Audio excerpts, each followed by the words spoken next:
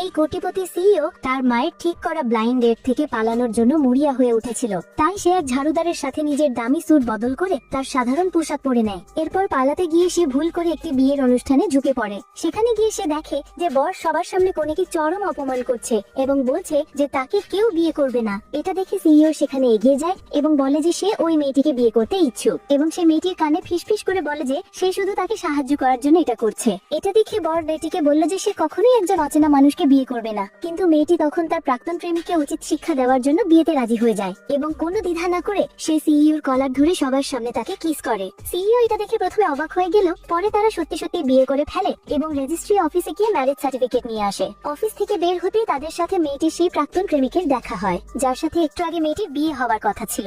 মেয়েটি লোকটাকে দেখেই তার মুখে ম্যারেজ সার্টিফিকেট ছুঁড়ে মারে। আসলে মেয়েটি সিইও কে বিয়ে করার সিদ্ধান্ত এই জন্য নিয়েছিল কারণ যখন তার প্রাক্তন প্রেমিক তার বিয়ের কথা সবাইকে জানাচ্ছিল তখন সে ভুল করে অন্য এক মহিলার নাম নিয়ে ফেলেছে। মেয়েটার প্রাক্তন প্রেমিক কখনো ভাবেনি যে তারা সত্যি বিয়ে করে নেবে। এরপর মেয়েটি রেগে গিয়ে সবার সামনে তার প্রাক্তন প্রেমিককে চরম অপমান করলো এবং তারপর সে সিইওর হাত ধরে পেছনে না তাকিয়ে সেখান থেকে চলে গেল।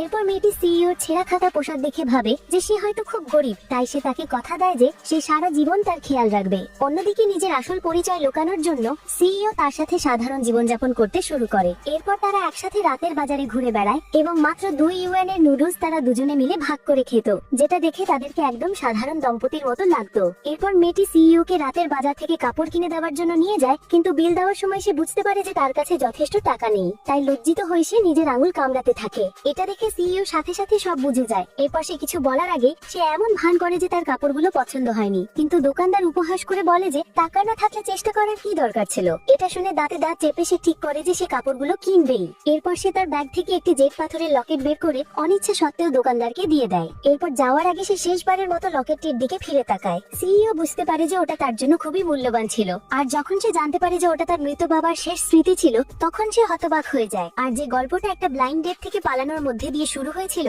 তা তাকে এই দয়ালু ও শক্তিশালী মেয়েটির সাথে মিলিয়ে দেয় যে তার মন জয় করে নিয়েছিল। এরপর তাদের জীবন যখন সবেমাত্র সুখীর হতে শুরু করেছিল তখন হঠাৎ করেই পরের দিন মেয়েটিকে চাকরি থেকে বরখাস্ত করা হয়, আর এর পেছনে ছিল মেয়েটির সেই বাজে প্রাক্তন প্রেমিক। এরপর মেয়েটিকে বৃষ্টিতে ভিজতে দেখে সিইওর মন ভেঙে যায়, তাই সে তার সহকারীকে নিজের কোম্পানিতে তার জন্য একটি ইন্টারভিউ এর ব্যবস্থা করতে বলে। এরপর যখন মেয়েটি অফিসে পৌঁছায় তখন সে দেখে যে ইন্টারভিউ হলে প্রতিযোগীদের ভিড়ে ভরা। সে মনে মনে প্রার্থনা করে যেন চাকরিটা তার হয়ে যায়, কিন্তু ইন্টারভিউ এর সময় এইচআর ম্যানেজার তার কম শিক্ষাগত যোগ্যতা নিয়ে তাকে ছোট করে ও উপহাস করে বলে যে শুধুমাত্র জুনিয়র কলেজের ডিগ্রি নিয়ে সে চাকরি খুঁজতে এসেছে। মেয়েটি সঙ্গে সঙ্গে উত্তর দেয় যে যদিও তার পড়াশোনা বেশি নয় কিন্তু তার 7-8 বছরের অভিজ্ঞতা আছে, আর যদি কোম্পানি তার জীবন বৃত্তান্ত নির্বাচন করে থাকে তার মানে তারা তার ক্ষমতাকে স্বীকৃতি দিয়েছে। কিন্তু ম্যানেজার ক্রমাগত তাকে ছোট করতে থাকে আর বলে যে একজন বয়স্ক মহিলা শুধুমাত্র পরিষ্কার করার কাজের জন্যই উপযুক্ত। প্রথম ইন্টারভিউতেই সে অনেক অপমানিত হয় ও হতভম্ব হয়ে পড়ে। একদিন আগেও সে ভাবছিল যে সে পরিবারের ভরণ পোষণের দায়িত্ব নেবে, কিন্তু কঠোর বাস্তবতা তার ভাবনার চেয়েও বেশি কঠিন ছিল।